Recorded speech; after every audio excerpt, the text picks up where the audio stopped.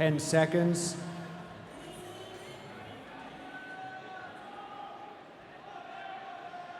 Stand by.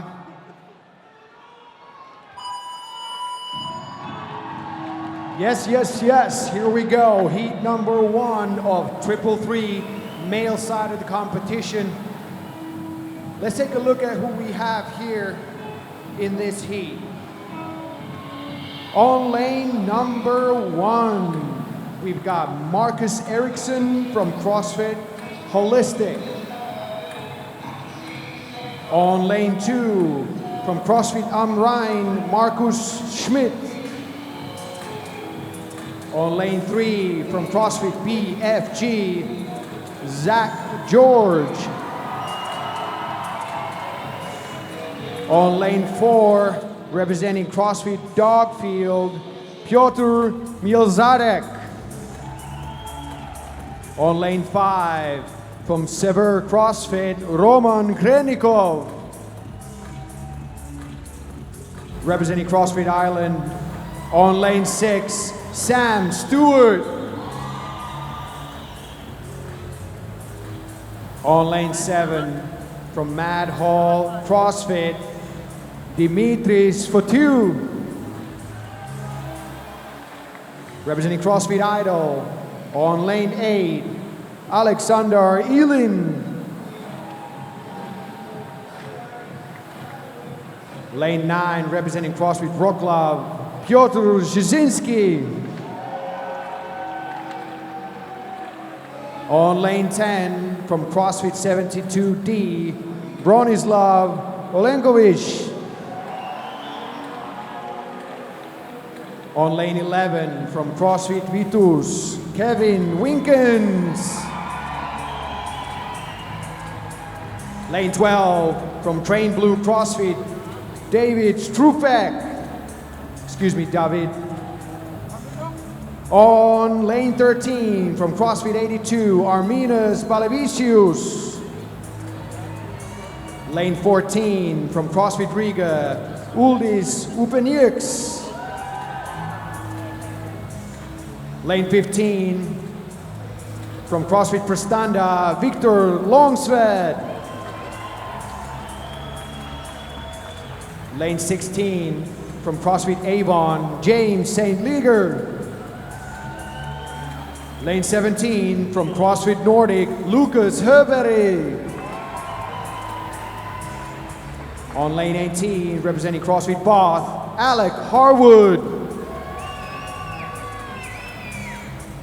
Lane 19, from CrossFit XY, Arnie Björn Christensen.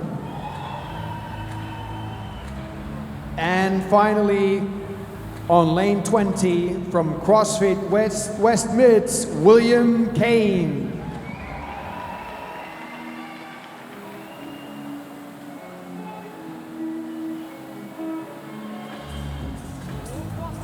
So 333 is our event.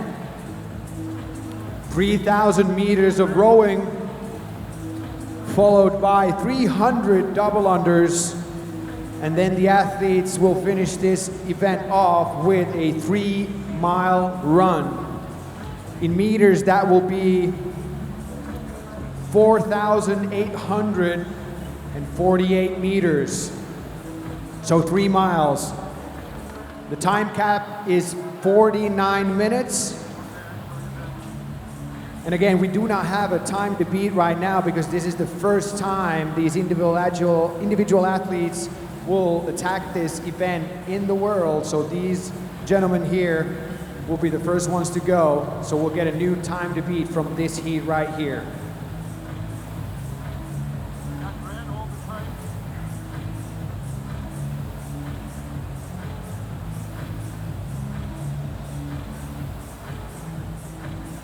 Once the athletes will get to the double unders, they will have 3 sections where they will complete 100 double unders in each of them, advancing every time.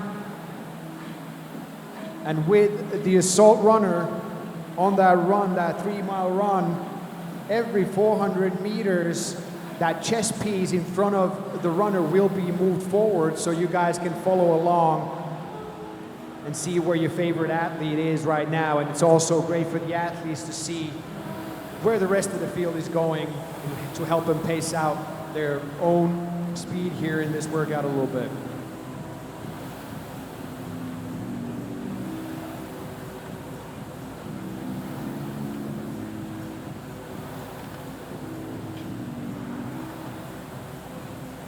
We're probably looking at somewhere between 10 to 12 minutes for these guys to get off the rowers. So coming up on 6 minutes, so about halfway here with this 3K row.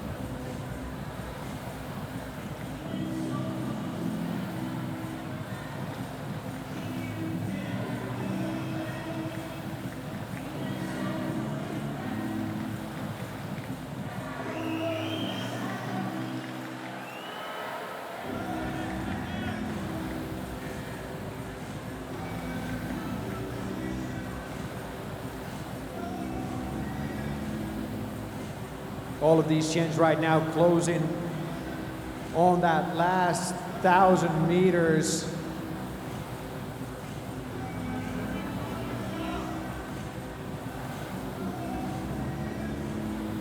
Arminas Bolavicius, lane 3, has 950 meters left. So does Victor Longsved on lane 15. Lucas Herberg on lane 17 has 870 meters to go.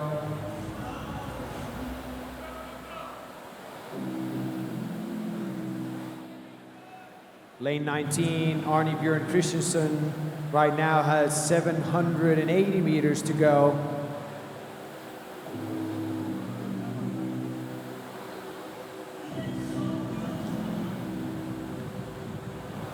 All of these gentlemen right here holding on to a steady pace, somewhere between 145 and 150 for 500 meters.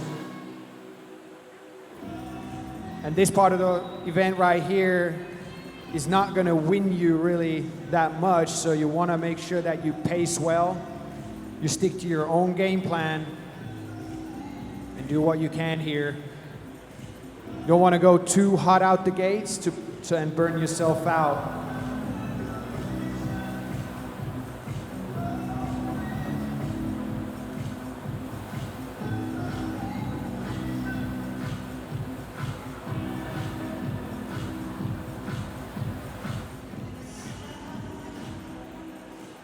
Roman Krenikov, lane 5, 470 meters left.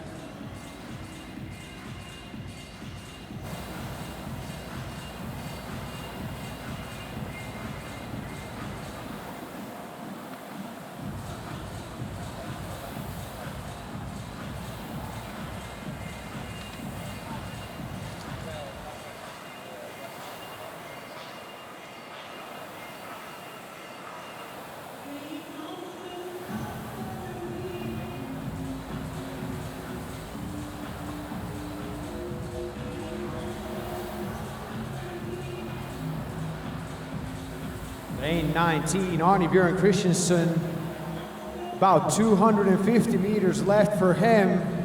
Lucas Herberg, 260 on the screen right now.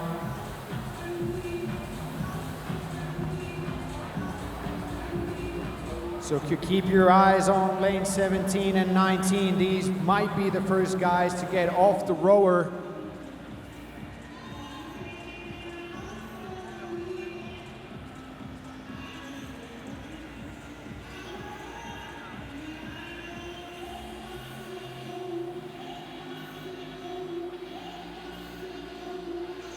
Hands are coming up. Lucas Herberry, 80 meters to go. Arne Bjørn Christensen, 40 meters to go. So lanes 19, 17, almost ready to finish. Also on the other side of the field, we've got a few athletes getting ready to get done with that row, and Roman Krennikov, lane 5, on that first nation of double unders. So coming out the row is Christensen, Herber, and Krennikov, holding on to the top 3 placings here in this heat.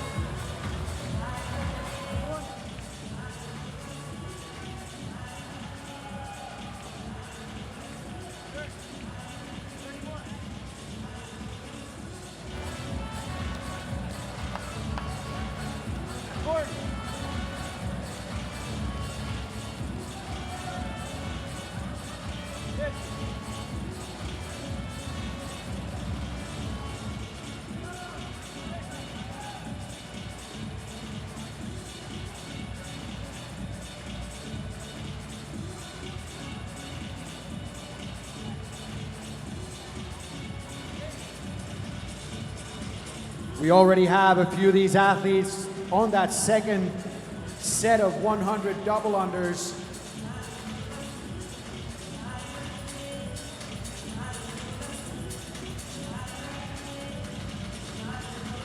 Who's going to be the first one to advance?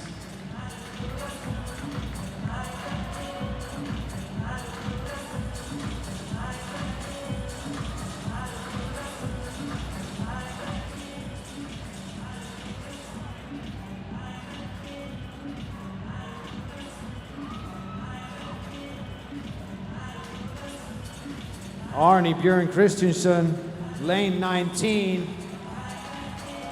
He's on his last set of 100 double unders. Lucas Herberry, right behind him.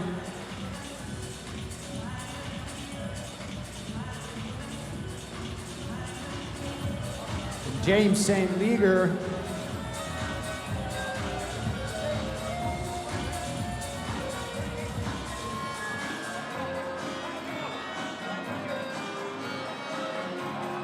Piotr Szynski on lane 9 was the third man to get on to that last set.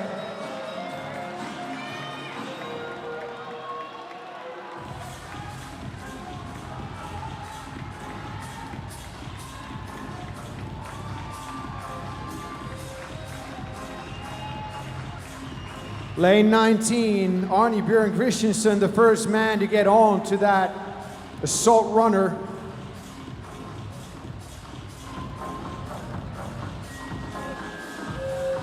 And as you see now, that chest piece has been moved forward for Arne.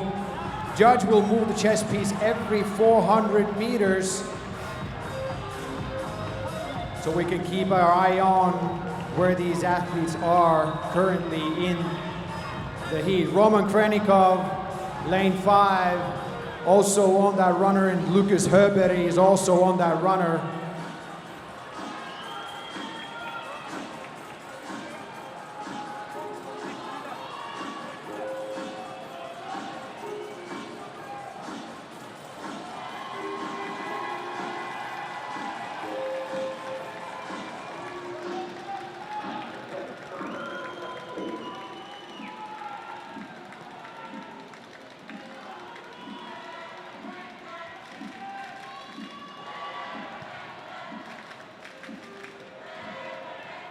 and the 3-mile run is approximately 4,800 meters.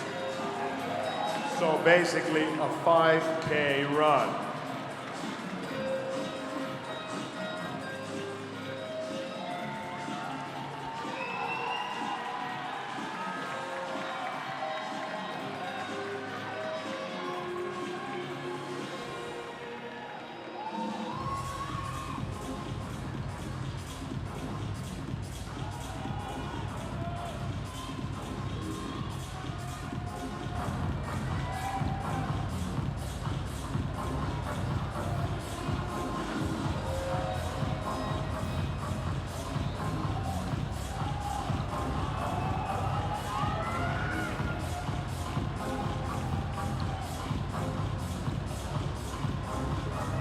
Lane number 19,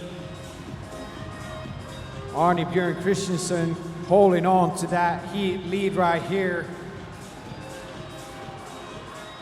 He is done with his first 400.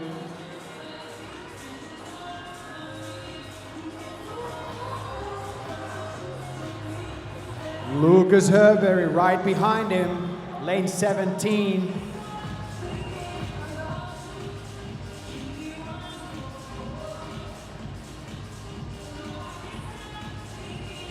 Lane 5, Roman Krenikov also in the mix here.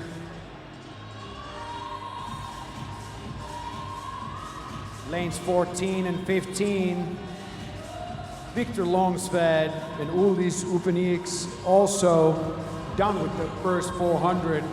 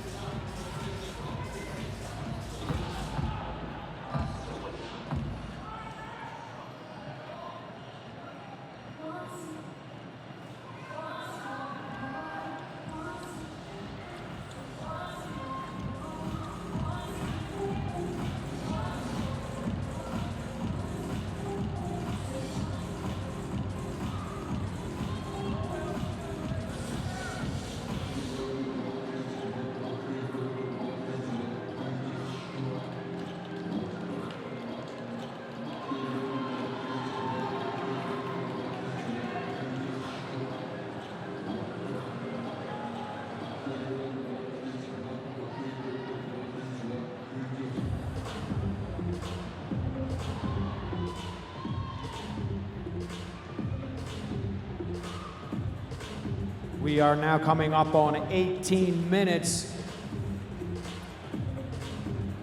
We got at least about the same amount left probably here for these gentlemen. 49 minutes is the time cap. So now we clearly have a top 3 in this heat, and that is Arne Bjørn Christensen, lane 19, Lucas Herberry, lane 17, and Roman Krenikov on lane 5.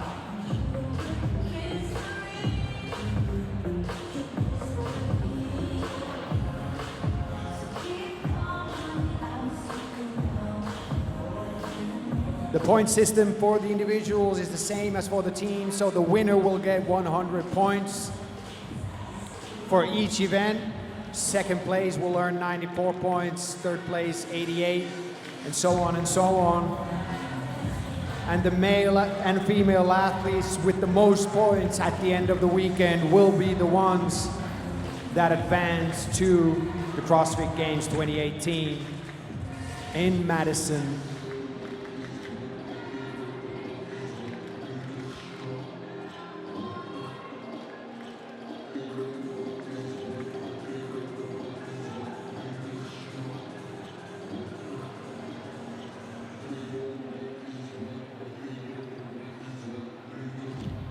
If you've never been on one of these air runners, I can tell you it's a devilish machine. It will punish you straight away if your running mechanics aren't correct. It's really hard to keep a steady pace on this if you haven't practiced it before. It's really easy to go too fast and then have to slow down. So these athletes are trying to work at a steady pace all throughout.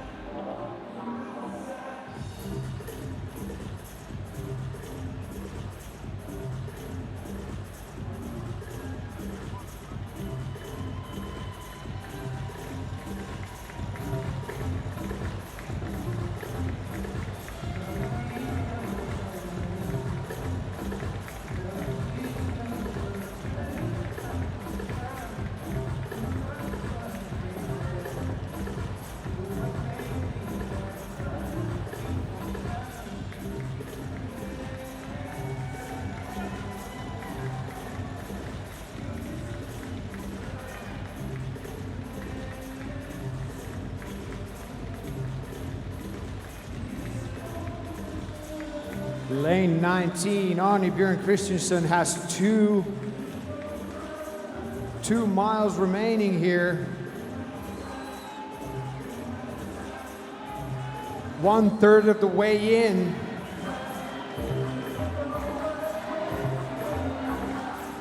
Lucas Herberg also, lane 17, done with his first mile.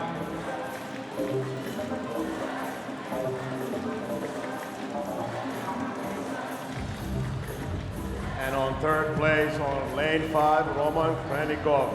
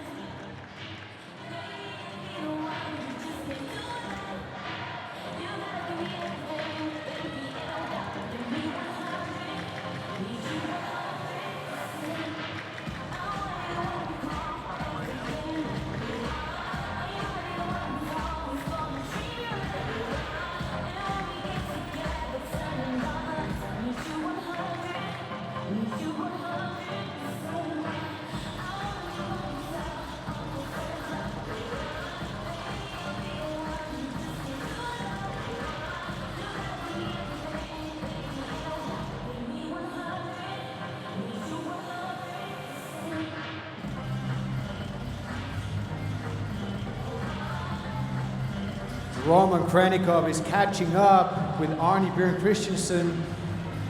His chess piece is moving at almost the same time, and Lucas Herberg is not far behind, only a few seconds. So still your top three, Krenikov, Christensen, and Herberg.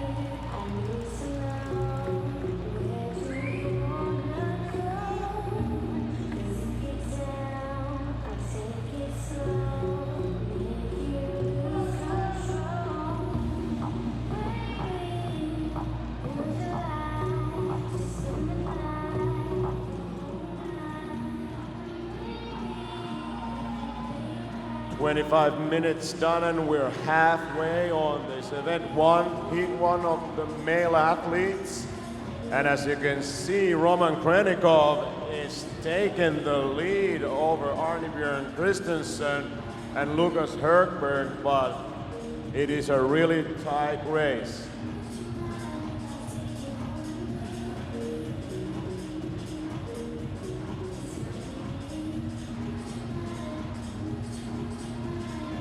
All of these athletes are closing in on the halfway point of their 3-mile run.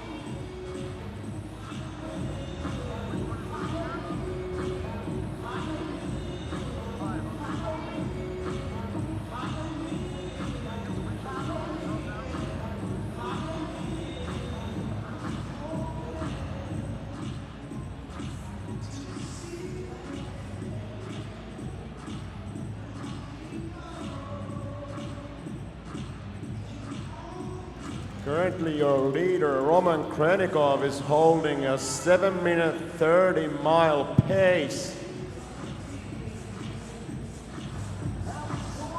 Also on lane 14, Uldis Upeniekis is holding the same pace here.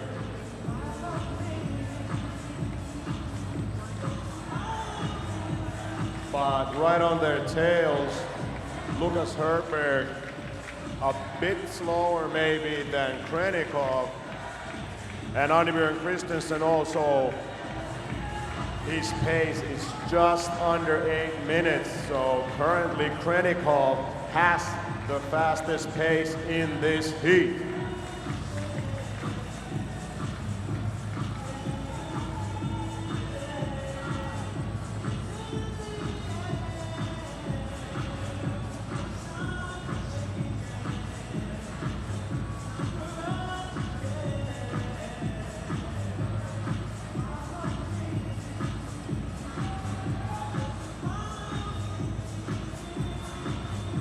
And you can right now see that the pace is paying off. Uldis Upeniekis on lane 14 is catching up. He's currently in 4th place in heat 1.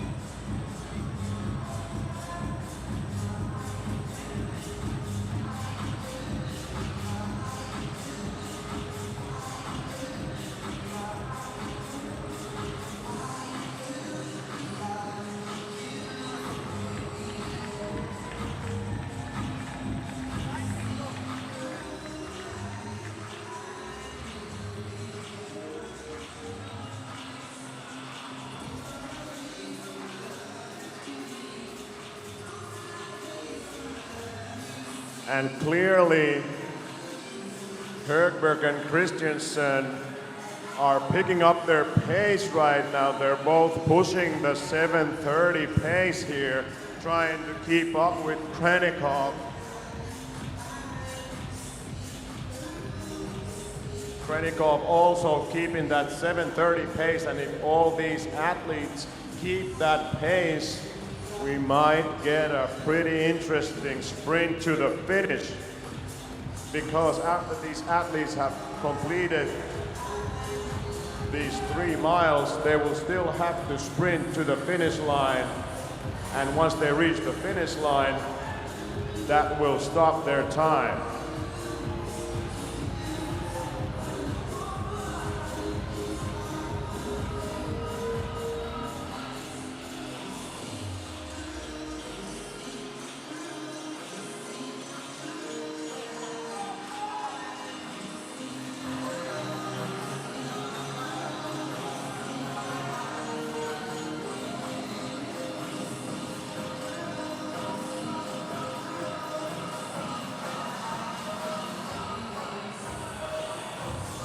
Roman Krenikov picking up the pace. He's dropped his pace already down to 7:20 a mile, so he's speeding up. Uldis Upeniekes also 7:40. Lucas Herbert 7:40 as well.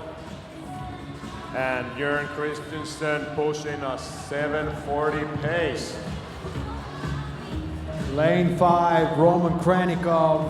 That chest piece advances again.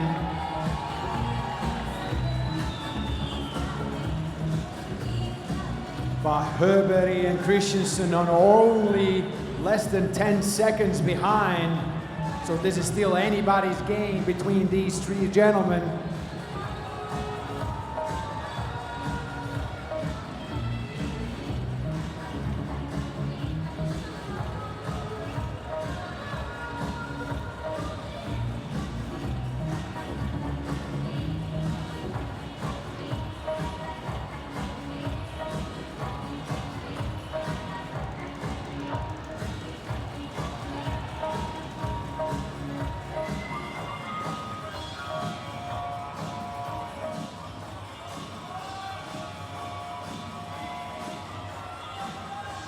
Roman Krenikov holding on to that 7:30 pace here, pushing it.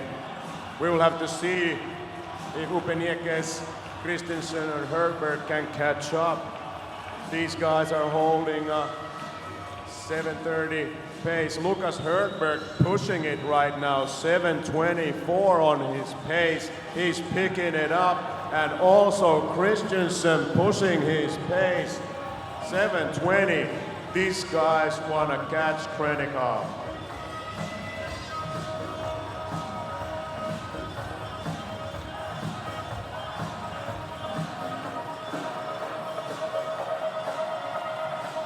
And lane 5, Roman Krenikov, his chest piece, gets moved again, still has a bit of a lead. Let's see when we see those chess pieces from Herbert and Christensen move, and that is right now. So still about a 10-second difference between these gentlemen.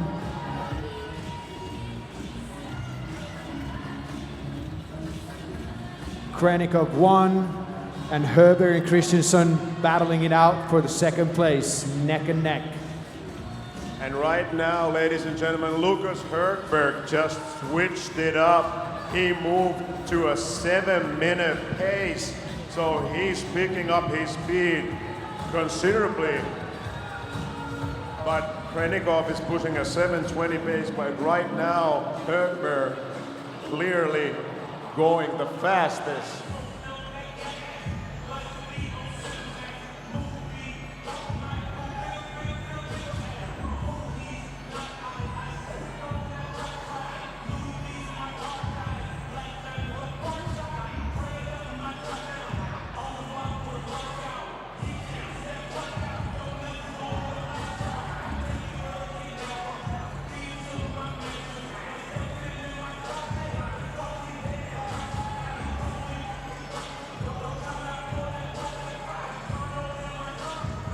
Ladies and gentlemen, please make sure you support your favorite athlete here working. They'll need some help.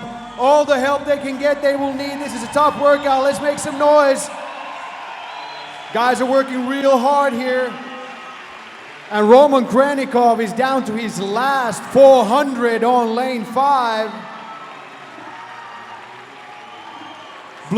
Black tank top on, lane 5, Roman Krenikov.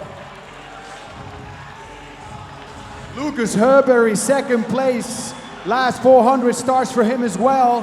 And Arne Björn Christensen, lane 19, holding on to third place here, just behind Lucas Herbert. And Herbert pushing the pace again. He's dropped his pace to 6 minutes 30. He's sprinting to the finish. What will Krenikov answer him? Krenikov is holding his pace, 7:20. Herbert is pushing it to 6:30. If Herbert can sprint the last 400, he could take this event, and and Herberg pushing it. 6 minutes, 10 seconds. He's going fast.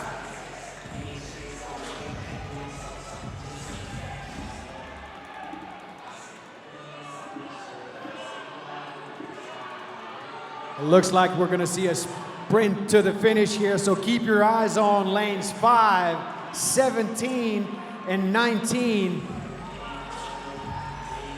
And Roman Krenikov has heard us. He's pushing the pace as well, going 6:25 right now.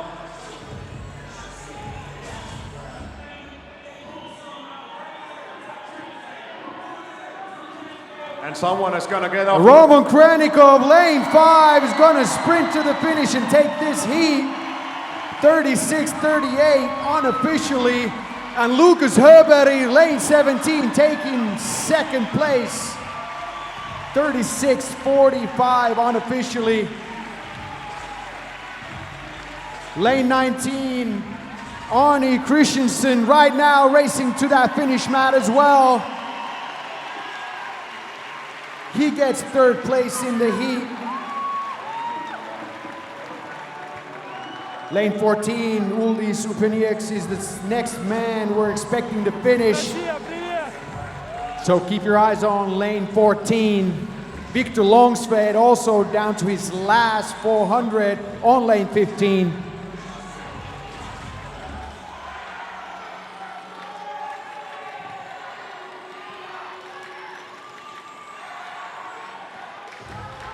And here we go, lane 14. Beautiful.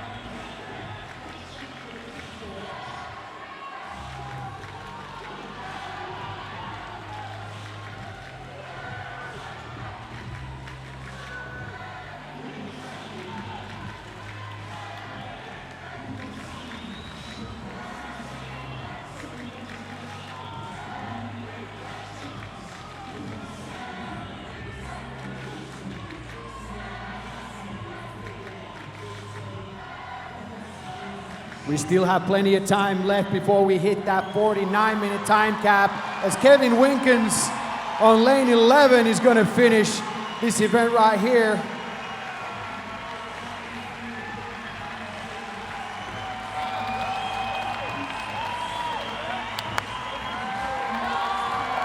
Victor Longsved also finishing lane 15.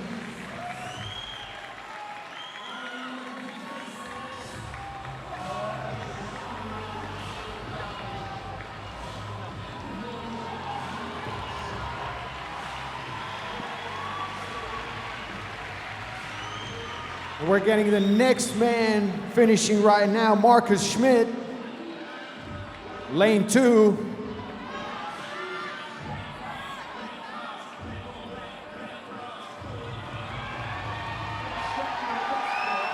And here comes Will Kane, lane 20.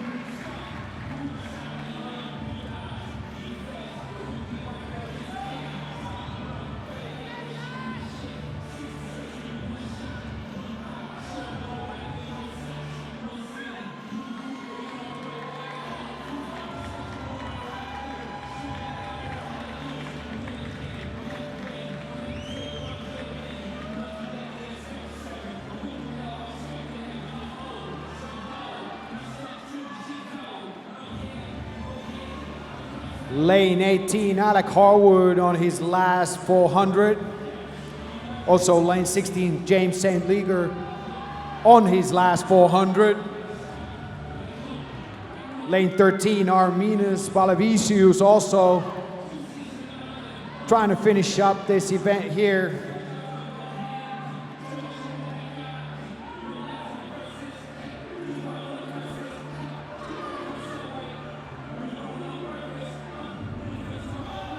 Lane 8, Alexander Elin, also down to that last 400. And he looks like he's sprinting to the finish here.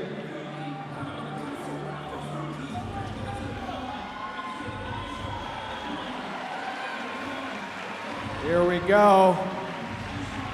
James St. Leger finishes.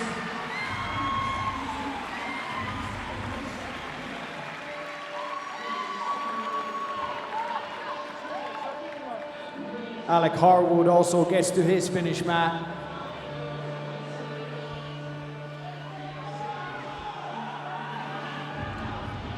We have 8 men remaining on the floor still, working through this 333 event, 3,000 meter row, 300 double unders, and to finish off a nice little 3-mile run.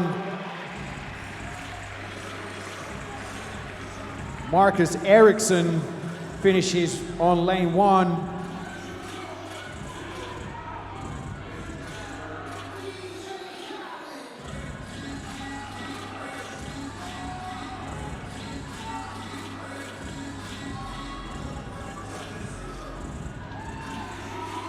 Arminas Balavisius, lane 13, jogging to the finish mat, and he gets the workout done.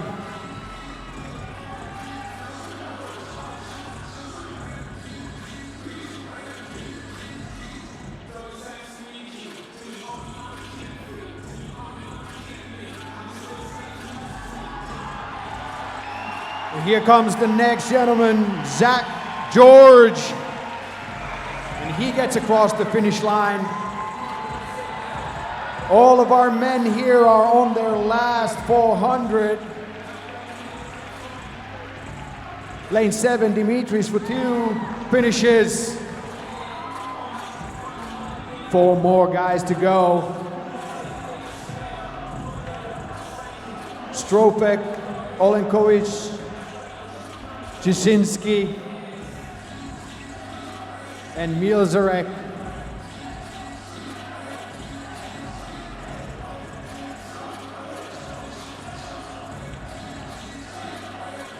Come on, let's help these final 4 guys out a little bit. Make some noise. They're almost done here. I know they'll appreciate your help, ladies and gentlemen.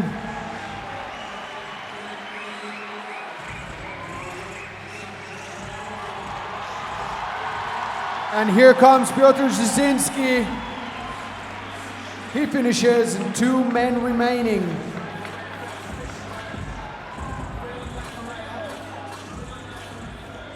Lane 10, Bronislav Olenkovic.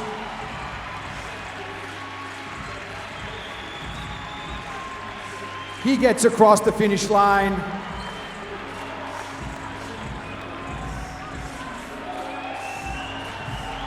One more gentleman to go. Let's make some noise here. All right. All the way to the end. Okay. Javi Strupek. And that does it. What a heat. All male athletes finishing this well within the time cap. But Roman Krenikov is the man that takes the heat, and he sets the new time to beat.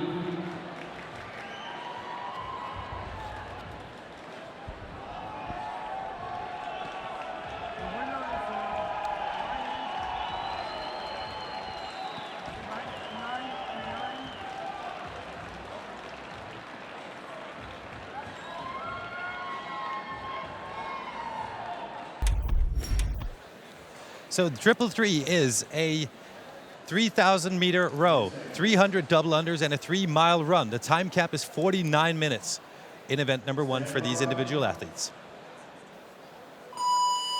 And away we go for the longest test of the weekend for these athletes. And we start with this nice, calm, and composed 3,000 meter row. We're expecting about 10, 11 minutes for much of the field, maybe about 12. As we take a look at one of the favorites here, not just in this event, but over the weekend, Björkman Carl Gudmundsson, no shirt on the right.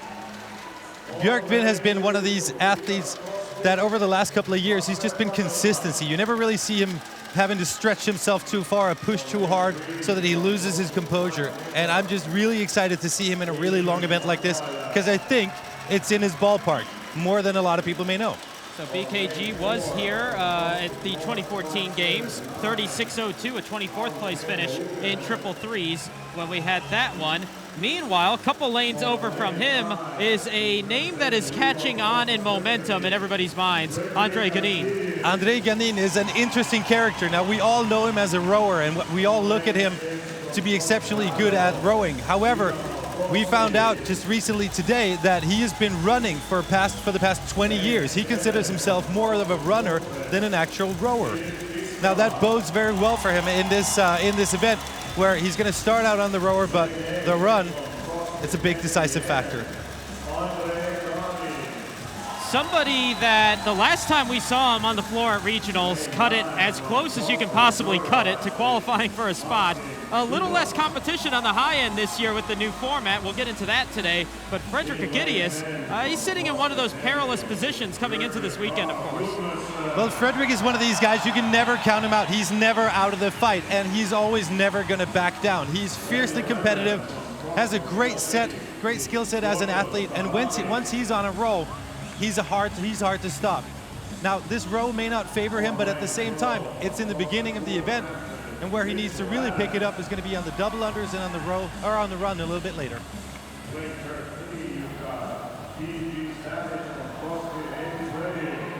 So at this point, we are probably about, I would say about 600-700 meters in to this row, perhaps a little bit longer than that, depending on some of these athletes. We're talking about Ganin and his power on the rower. He's probably a little bit farther than that. But we saw it in heat number 1, about 10 and a half, 11 minutes for this 3,000 meter row, which for somebody short levers like I have, that's just inconceivable. But for these athletes, we're looking at about that time. So we still have about 7-8 minutes until we get to this point. But what are you looking at for these athletes on this row? As we see some kind of pacing with a weaker pull comparatively, but moving a little bit faster. We see some paces like this, where it's very slow, very deliberate, but very firm. What are you looking at for athletes to perhaps take for that route for themselves? This is one of these places where it would be easy to start looking at these different athletes and their techniques and then jumping to conclusions. What's most important about this is that they find a pace that they feel that they can consistently hold on to, that won't get them into any kind of trouble. Because this is not an event that you win on the rower. This isn't an event where you set yourself up for success.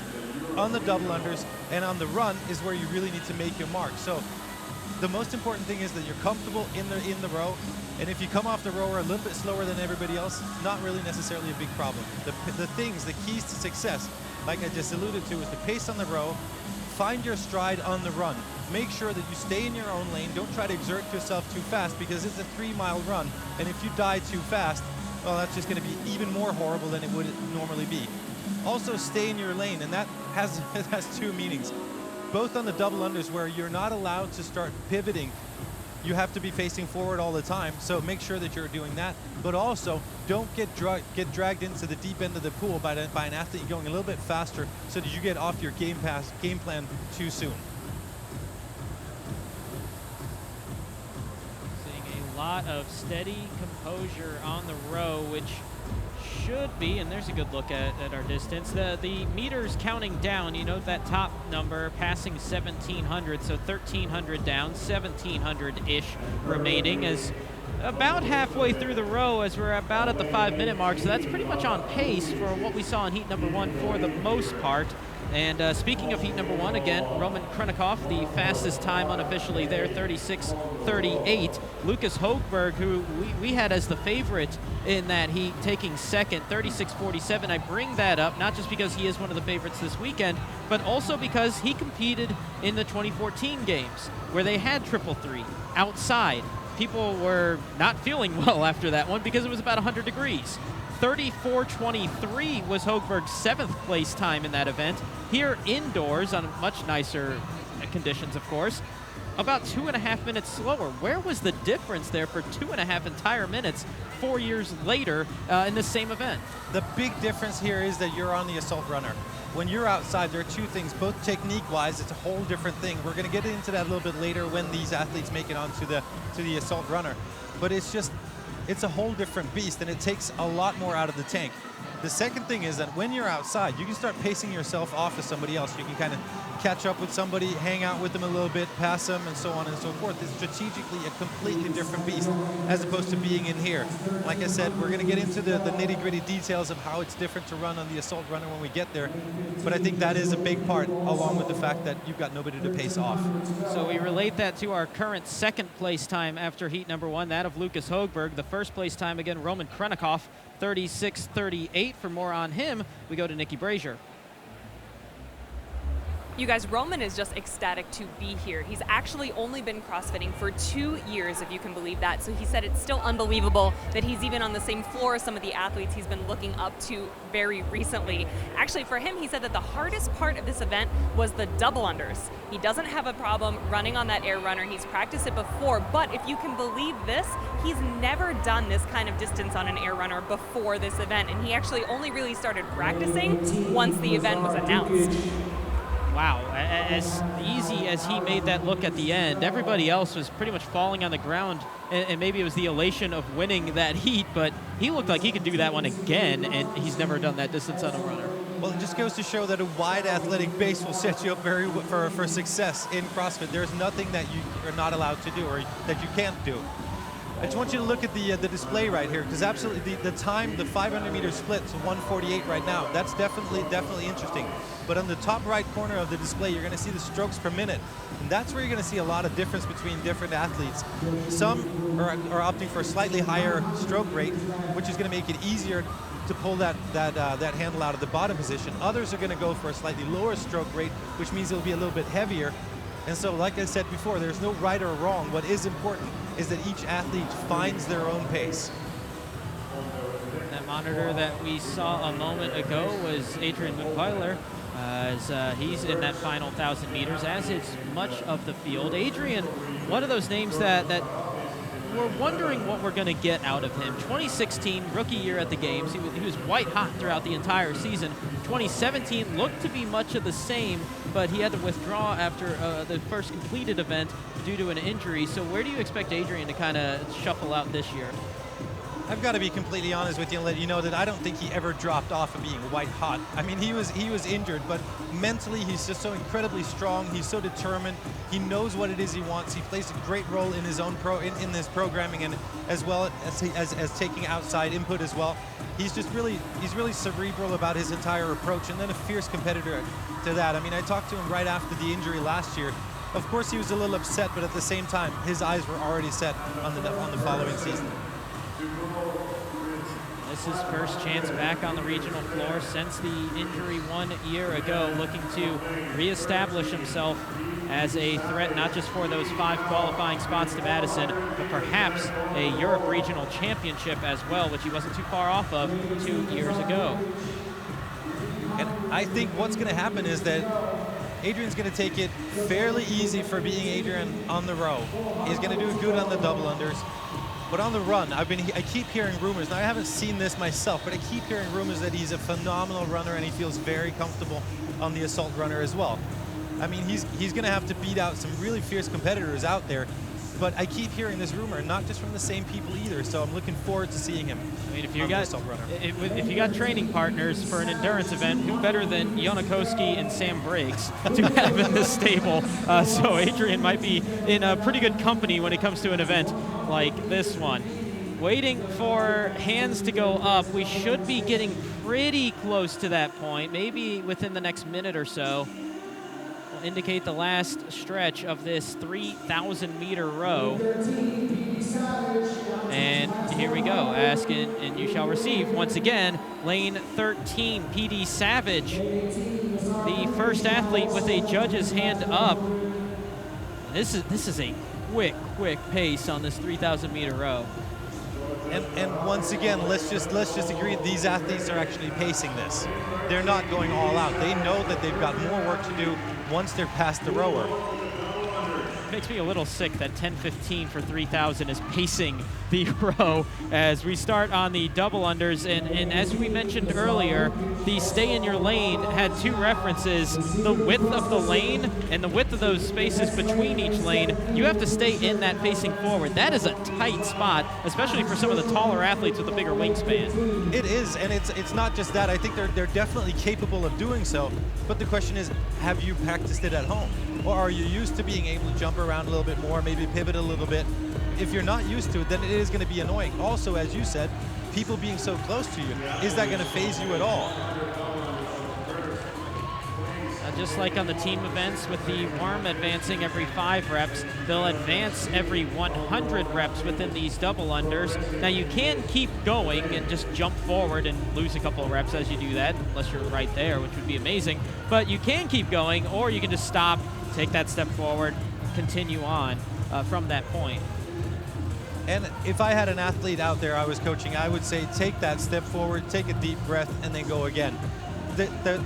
There's so much of this event left after the double unders, so it's not won or lost on whether you can string them all together or not. Now, amazingly enough, you will notice nobody on the rower, everybody working on the double unders, that within a minute of PD Savage's pace of 10:15 off the rower. Everybody else was through by about 11:20. So we have a very close race after the first of 3 portions of this event. And I'm happy to see PJ Savage right here being so comfortable on the double unders as well. So he didn't expend all his energy on the rower just for an early start. Shockingly enough, I haven't seen anybody really miss more than once or twice thus far, and most of the athletes out in front already threw about 200 reps on the double unders, and that is past 200 for PD Savage, continuing to lead the way. And what I'm always looking for when I see people do double unders is whether they're allowing their wrists to do the work instead of their shoulders. If the arms are coming out too far, elbows are moving too far out, in and out on every single solitary repetition, they're using their elbows or their shoulders a lot. It impairs breathing just a little bit, whereas you're going to see some other people just using their wrists. Beautiful technique, and that will even make it easier for you to breathe your way through it. Considering you have to run afterwards, I'd like that. From 2014 are not necessarily comparable to these times that these athletes are going to do here today. And the first man to So it looks like Savage is on his last 100 double unders right now. last station was only 13 feet Savage, and while on his tail, Judge's hand is up, and PD Savage first off the rower, first off the rope, first one to the runner for a nice brisk 5K just about to close out this event. 3-mile run, and he has 33 minutes from right now to catch the time of Roman Krenikov. Excuse me, 23 minutes from right now to catch that time of 36:38, the unofficial time to beat. And we've got a couple of athletes who have joined him on the assault runner now. We've got Sigurður Thrastason, who's one of these Icelandic athletes that fly under the radar a little bit, and undeservingly so. He's an amazing athlete. We've seen him a bunch of times, and I know that he's pretty comfortable on the run as well.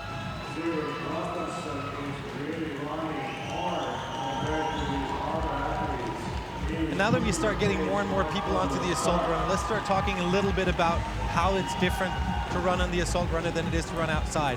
So if you're running outside, what you want to do is you want to have a forward inclination of your entire body, and basically you're falling forward just a little bit. You parry that fall with a step forward with your feet and then maintaining that momentum through cadence of your feet. Obviously, that's very crudely, and I'm sorry to all the ninja runners out there. This is just putting it crudely, but it is a forward tilt that you then kind of feed off of that momentum. However, if you tilt forward on the assault runner, what that's going to do is it's going to accelerate the assault runner. That acceleration is just going to keep on going as long as you lean forward. So you need to kind of stay balanced on top and then let your legs, it's a little bit more of a pulling motion. You are, of course, still running. It is a mimic of running, but it is a slightly different mechanic where you have to sit up a little bit more and can't just lean forward.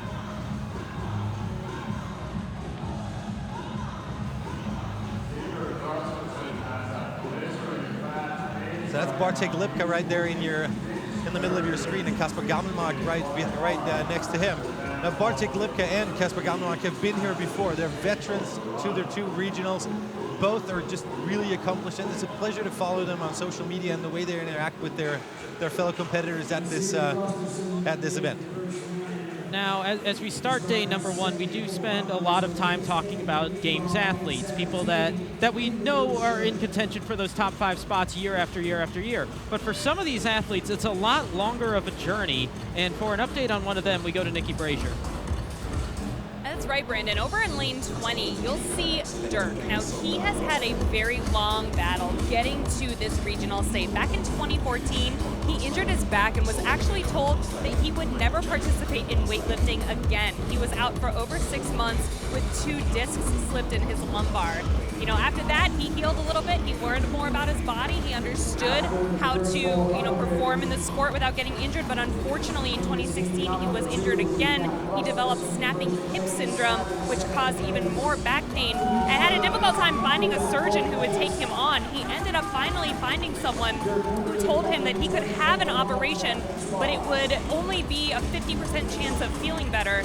There'd also be a 50% chance that he could get worse. So that was less than 2 full years ago, and here he is finally back to the state in which he can compete in the sport again. And here at regionals, he said it is an unbelievable feat, and he said that passion for the sport is what brought him through this whole journey.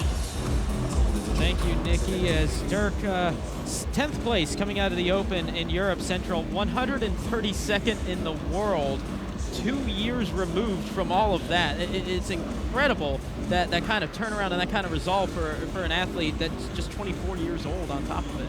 And the maturity as a person as well, to realize that, well, this is fun, this is all great, but just the gratitude of being able to have a body that will serve him through challenges like this at the same time. I think that is immense. It's all about keeping your eye on the ball. What's important right now? Well, recovery, finding a surgeon, then getting back into it, but not taking it easy and going, well, I'm pain-free, I'm all right now. What's the next goal? In the middle of your screen, that's Sigurdur Thrastason in the blue t-shirt, as I alluded to before, looking very comfortable on the runner as well.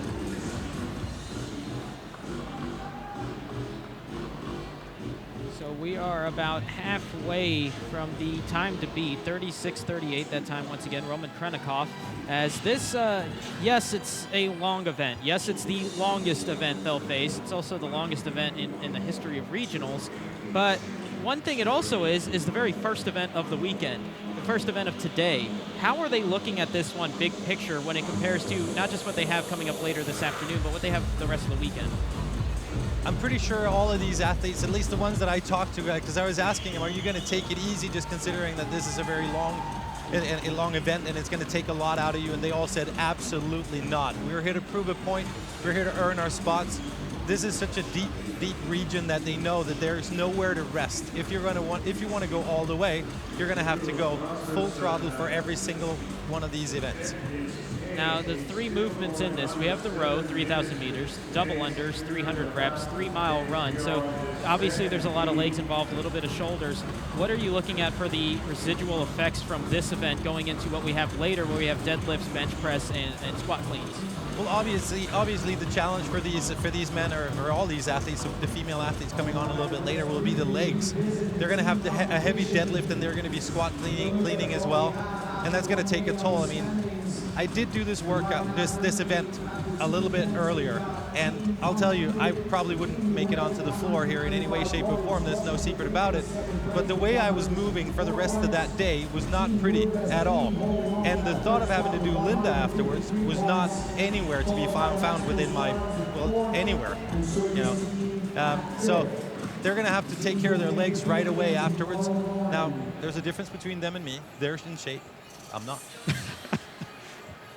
I don't know how to follow that ending, actually, as we're about 20 minutes in to this 49-minute time cap event. And if you are curious, we talk about the fastest time in heat number 1. We did have everybody in heat 1 beat the time cap and do so in pretty impressive fashion for a 49-minute time cap. Slowest time in heat 1, 44:14 unofficially. So that's something to keep a note of, too, as we'll have people finishing about 20 minutes from now. Well, you can never kind of take your mind off of the fact that there have been people doing this before you, and they did well as well. You're competing not just against the people in your heat, you're competing against everybody all the time.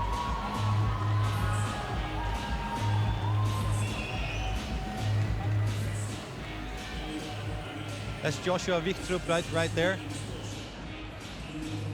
Another one of these athletes that we've seen throughout the years on the regional scene.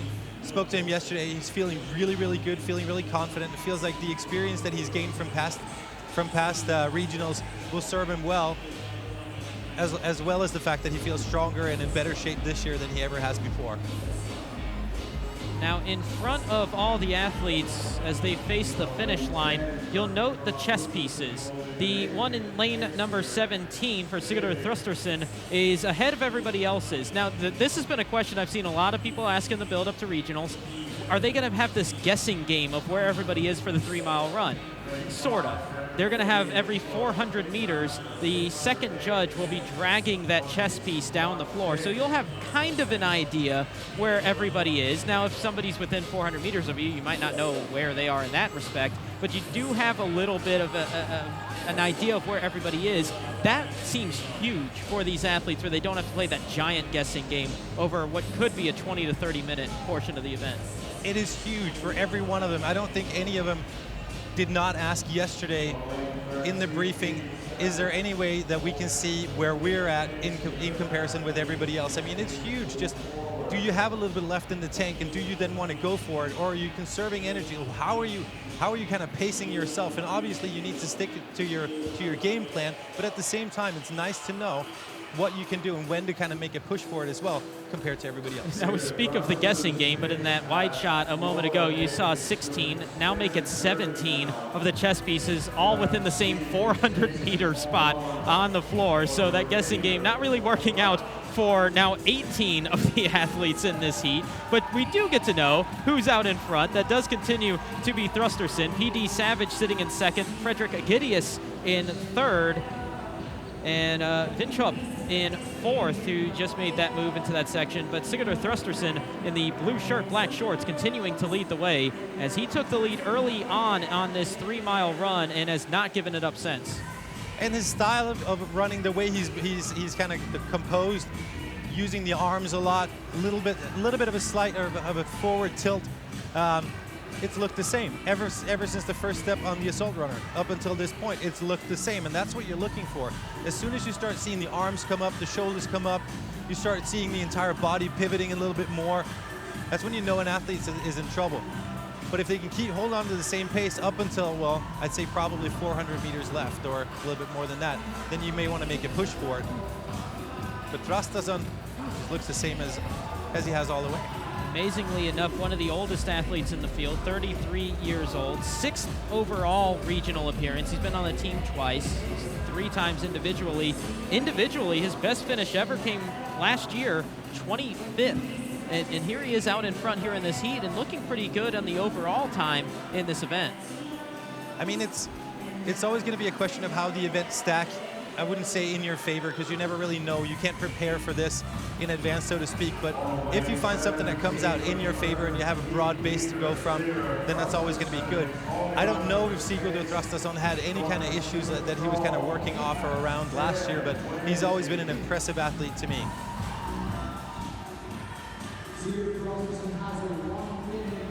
So Þrösturson continuing to lead the way. I would say by about 100 to 200 meters based on the pacing. P.D. Savage continuing to hold on the second. We speak about the history for regionals of Sigurður Þrösturson. 6 times he's been making an appearance. This the 3rd appearance for P.D. Savage. The first time he's been here as an individual, as he's been on teams twice the past 2 years. And he said this individual qualification, he posted this on social media, was, quote, it's a 5-year dream. Here he is, and here he is battling for the lead in the opening event. And once again, it speaks volume of him as a person, that, you know, he embraces the challenge, isn't just happy to make it here. He wants to make it past this event and past these regionals as well. I mean, he's not going to go down without a fight. I love that about these athletes. Now, one thing I'm curious about will be how he follows up this event with event number 2, as about a year and a half ago he had surgery for a torn labrum. So that could be an issue going forward, especially when it comes to today's final event and the opening event tomorrow. Very shoulder heavy with the bench press and the handstand walk. I'm going to go out on a limb here and say that he's done his due diligence when it came to his rehabilitation. Otherwise, I don't think he would have made it through the Open as well as he did. That being said, he's got a game plan that will work in his strengths. So we are about 11 minutes away of the time to beat. If you're just joining us, that once again 36:38. Roman Krennikov in heat number 1, about 9 seconds clear of Lucas Högberg in second. Arne Bjorn Christensen with the third fastest time in heat number 1, as this is event number 1, triple threes. We've already had the 3,000 meter row, 300 double unders, and we are about halfway through the 3-mile run to close this first test. In the middle of your screen right here, Adrian Mundweiler. Now you see the entire field. I'm curious how he plays it. Adrian Mundweiler is one of these athletes that we talked about it to start with. He's just a power pack. Like, how do you control that? Do you kind of take a step back or not? It's always the question with him, what he's going to bring. Is he going to go out really hot and heavy and then kind of burn out in the end? Or is he going to hold on to it and perform really well? And right now, it looks like he's sticking to his guns.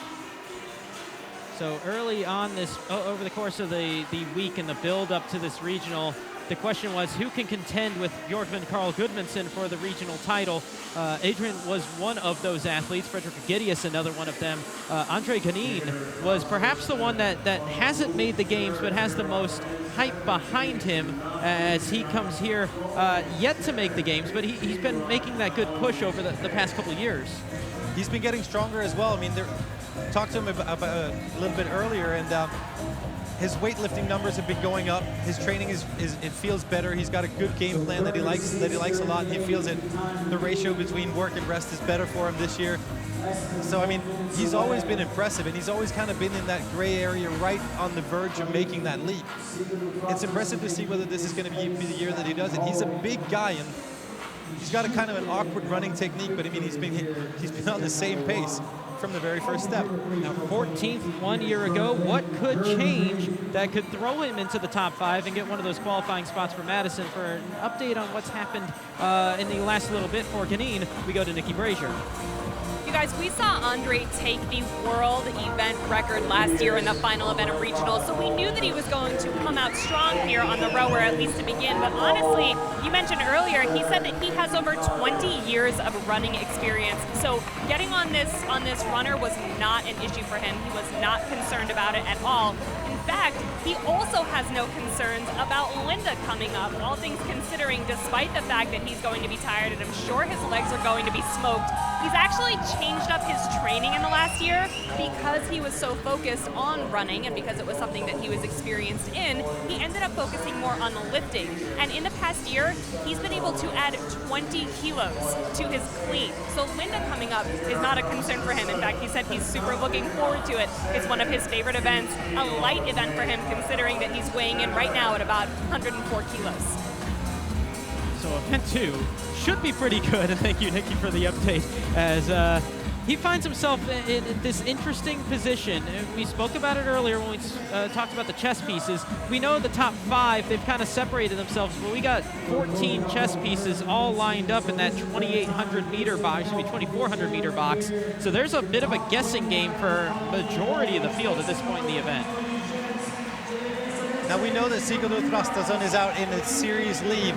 We also know that Savage is in the second place right now. I'm impressed to see that Fredrik Gidius looks super strong on the run. I'm not surprised. We've always known that he has all the tools to make it. But I'm just delighted to see him be as cool, calm, and collected on the run. And I still think that he's got a sprint left in him.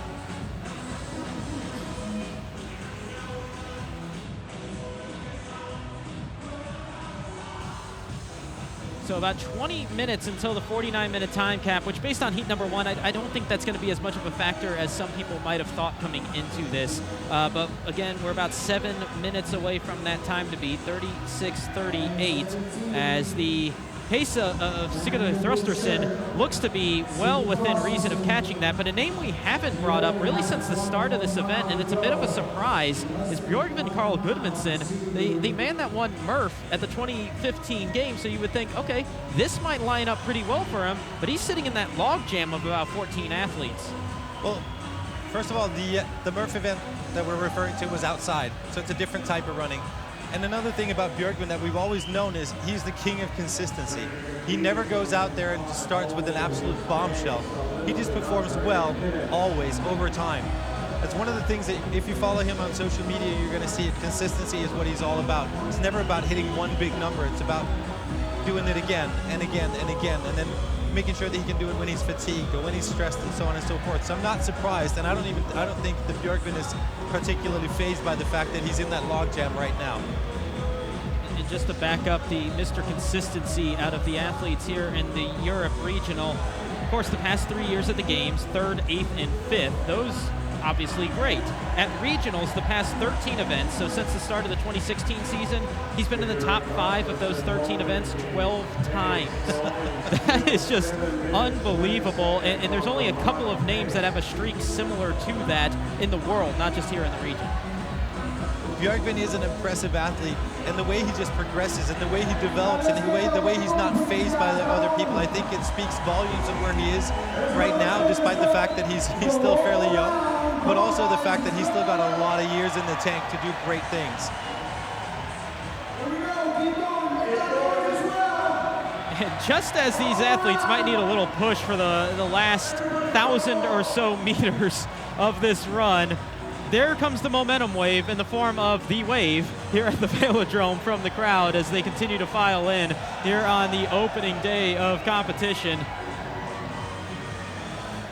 But it's about 600 meters or so remaining for Sigurður Þrösturson as the 33-year-old continuing to lead the way. He took it in about the first half mile of this 3-mile run,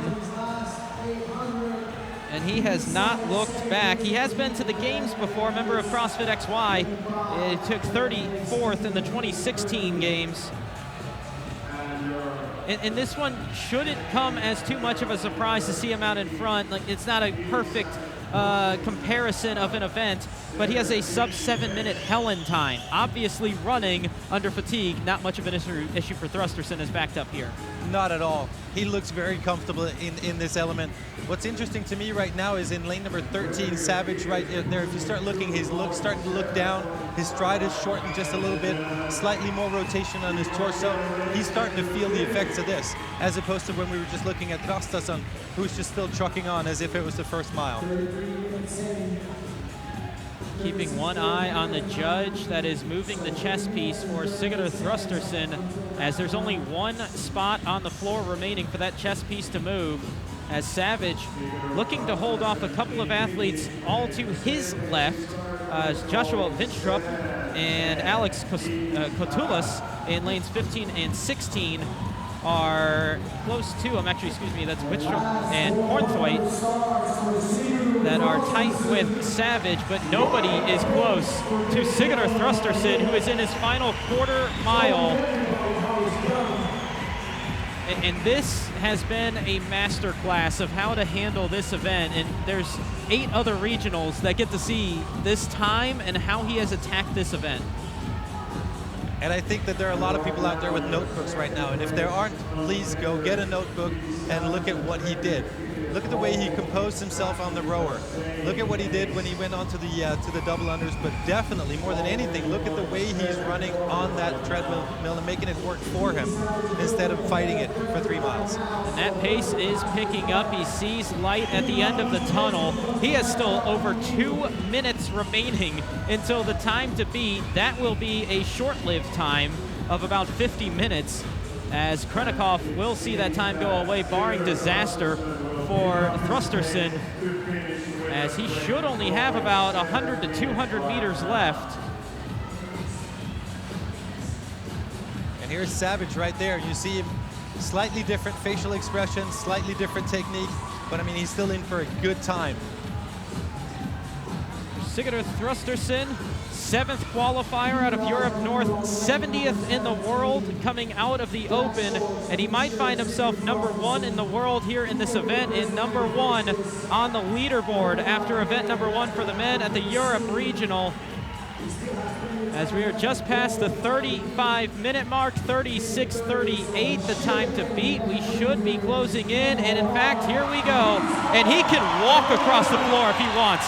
Sigurður Thrusterson, 6th appearance at the regionals, and here is his first career event win. Casually strolling to the finish line. I love that.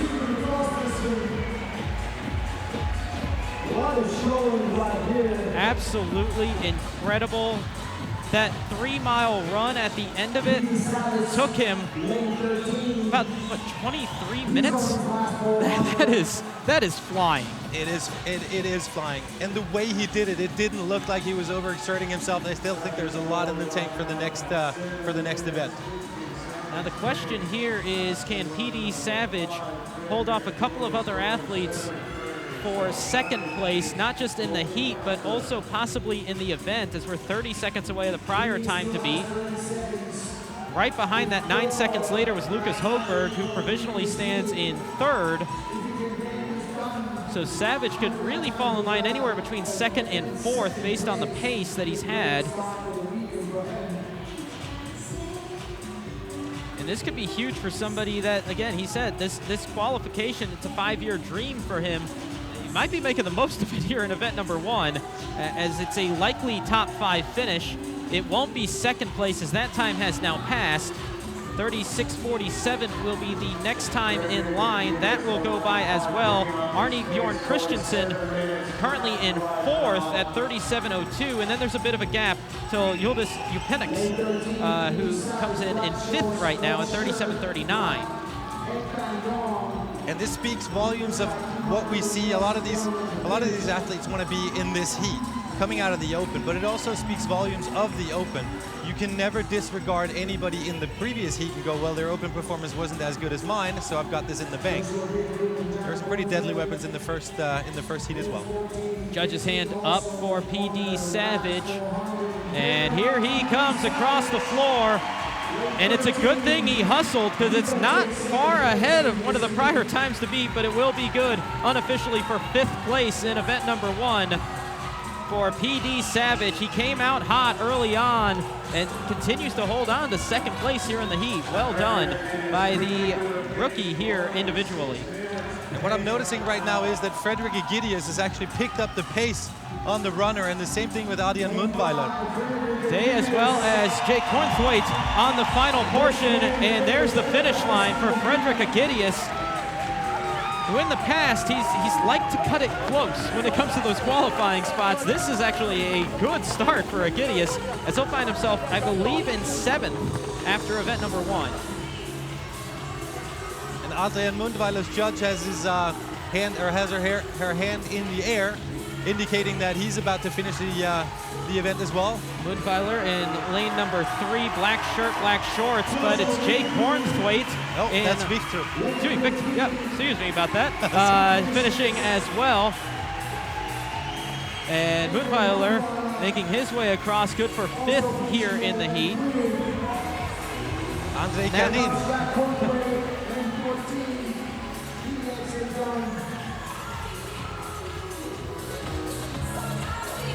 As Jake Kornthwaite, there he is in 6th. So I do apologize to Joshua Vinstrup, the 4th place finisher. They're in lanes next to each other. Bjorgvin Carl Goodmanson, 7th in the heat. It will be outside of the top 10 for the 2nd time since the start of 2016 in a regional event. But for somebody like BKG, I do believe he'll be okay in the end. We do have faith in him to rally, as in lane number 2, Kasper Gutmelmark, the 8th finisher here in the heat. So 10 minutes until the time cap, a little bit less than that. Again, 44:14, the slowest time in heat number 1. So that about less than 5 minutes away. Andre Ganin will be our next finisher, 9th in the heat. That should wash out to somewhere between 15 and 20, so he's going to have to do some damage control. Philip Biscard in 9th, Mitchell Adams in 10th.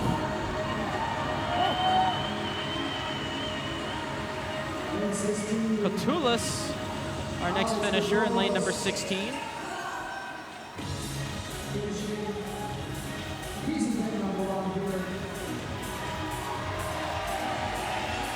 Bisco in lane number 7.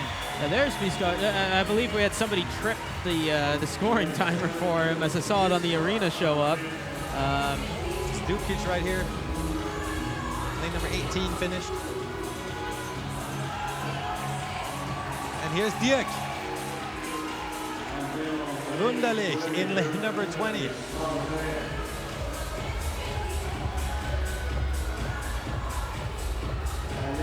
Impressive performance by this young man. I'm happy to see him here. And Bartek Lipka in lane number 1 finishes off as well. If you were watching during heat number 1, man with a fan club out of competitors as well. As you saw a Team Lipka shirt for one of the athletes in that heat. So you watch Malkovsky and Ugaroy finishing. That leaves 3 on the floor. In lane number 11, we have Georgios Karavis. Lane number 9, Marcin Jabaj. And in lane 19, Lefteris Theophanidis. They're the last 3 left, all in the final 400. In fact, it's the final 60-foot run down the floor for Theophanidis. And here in lane number 11, Karavis. And that leaves Marcin as our final athlete. We're under 42 minutes. It's a blistering pace for this event. Is quick. Like everybody else on the floor makes this seem slow. This is fast.